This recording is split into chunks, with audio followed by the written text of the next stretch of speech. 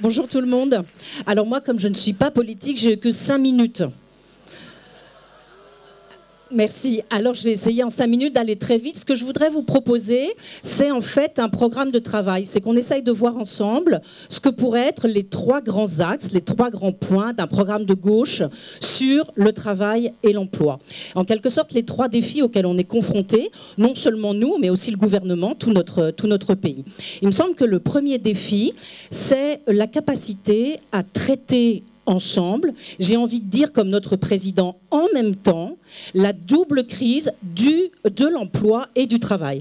La crise de l'emploi, vous la connaissez, hein, des chiffres du chômage qui ne baissent pas, vous avez vu encore la semaine dernière, on n'en est pas du tout sorti, on en parle beaucoup, on parle beaucoup moins de la crise du travail, de la très grande médiocrité, de la très mauvaise qualité de nos conditions de travail, qui sont mises en évidence hein, par toutes les enquêtes dont on dispose, mais c'est étonnant, donc vraiment personne ne parle jamais. Il y a la grande enquête de la Fondation Dublin, il y a l'enquête du ministère du Travail qui s'appelle l'enquête conditions de travail qui montre que dans certains secteurs ça va vraiment plus du tout, et je dirais que même l'enquête de la CFDT qu'on a présentée comme une enquête qui nous disait qu'après tout les choses allaient bien, hein, que 77% des salariés étaient heureux, ben en fait même l'enquête de la CFDT elle nous montre que 40% des ouvriers et des employés disent que le travail nuit à leur santé. Donc il y a quand même un énorme problème, un énorme malaise. Et pourquoi je dis qu'il faut tenir les deux ensemble? Parce qu'on a des tas de responsables politiques qui ont envie de traiter la question de l'emploi sans du tout s'occuper de celle du travail. Et le risque est évidemment immense. Et il faut absolument qu'on regarde, qu'on tire les leçons du passé. Je prends un exemple. Dominique de Villepin arrive au pouvoir en 2005 avec un plan d'urgence pour l'emploi. Et qu'est-ce qu'il nous propose? Il nous propose de toucher au code du travail. Parce qu'on est déjà dans cette sorte de vision du monde où c'est le code du travail qui nous empêche d'avancer. Et donc Dominique de Villepin décide de créer le CNE, le contrat nouvelles embauches, qui est censé permettre la création de beaucoup de nombreux emplois.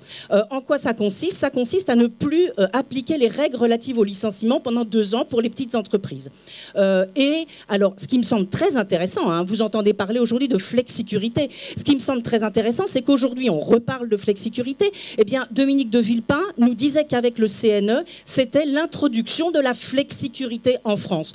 Pourquoi? Parce que d'un côté, on avait plus de flexibilité, c'était facile de supprimer, de rompre le contrat de travail, mais on avait la promesse d'une prime de précarité, d'un accompagnement renforcé. Qu'est-ce qui s'est passé? Les gens n'ont jamais eu la prime de précarité, l'accompagnement renforcé n'a jamais existé, mais en revanche, on a constaté une énorme dégradation des relations de travail, des rapports de travail entre employeurs et salariés. Donc prenons garde à ne pas vouloir traiter la question de l'emploi sans prendre en compte celle du travail. C'était mon premier point.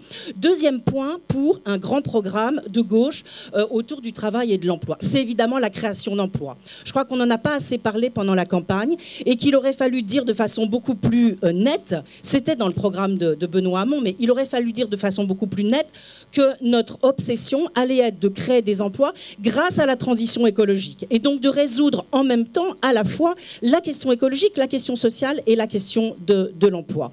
On a aussi parlé, alors voilà, grand programme de transition écologique qui nous permettra de créer des emplois et sans doute de compenser en partie les emplois qui peuvent être détruits, mangés par la révolution technologique. Et là encore, il me semble qu'on pourrait améliorer le discours qu'on a tenu pendant la campagne sur l'automatisation. Je crois qu'on a eu tort de parler de fin du travail. Les études sont, vous le savez, elles sont extrêmement différenciées, diverses sur la question de la disparition des emplois. Certaines études sont extrêmement anxiogènes, disent que tous les emplois vont disparaître.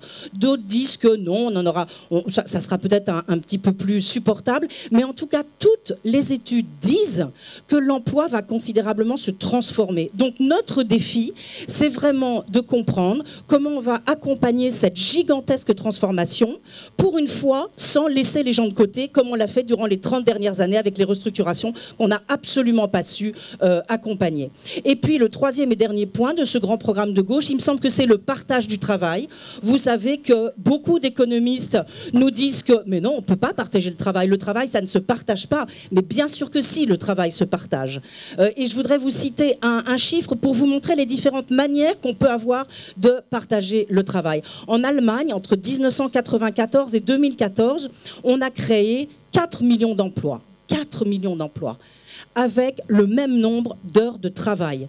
Ça veut dire qu'on a fragmenté l'emploi et on a fait des tout petits morceaux d'emploi. Et aujourd'hui en Allemagne, qu'on nous montre en exemple, hein, vous avez d'un côté des hommes qui travaillent à temps plein, des temps pleins plus longs que les temps pleins français dans l'industrie bien payée, et des femmes qui travaillent sur des tout petits temps partiels mal payés dans les services. Moi je crois que ça n'est pas ce modèle-là que nous devons, dont nous devons rêver. Il faut continuer à promouvoir le modèle français, qui est un modèle où la norme d'emploi est plus courte, un temps plus court pour les hommes et les femmes, le même pour les hommes et les femmes, et un temps qui nous permet de mettre au cœur de nos préoccupations un temps pour autre chose, et un partage égal, un nouvel équilibre, un nouveau partage entre temps professionnel, temps familial, temps personnel, pour les hommes et pour les femmes, dont mettre l'égalité homme-femme au cœur de nos réflexions.